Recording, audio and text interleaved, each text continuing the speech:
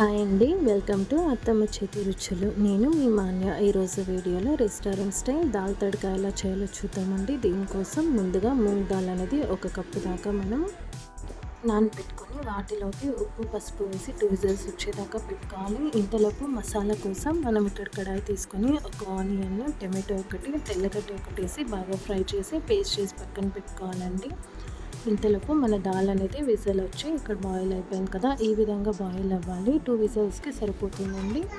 Next నేను ఇక్కడ same కడాయిలోకి oil వేసి హోల్ స్పైసెస్ 1 స్పూన్ దాకా వేసి ఆనియన్ ఒకటి, టమాటోస్ ఒకటి వేసి బాగా ఫ్రై చేసుకున్నాను. ఇది మనకు ఆయిల్లో డీప్ ఫ్రై అవ్వాలి.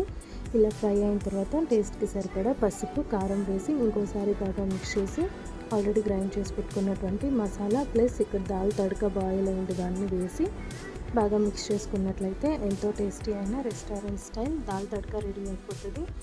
నాకే కారం తక్కువ, లాస్ట్లో నేను కొద్దిగా కారం కస్తూరి మేతితో డెకరేట్ చేసుకున్నానండి. Please to subscribe.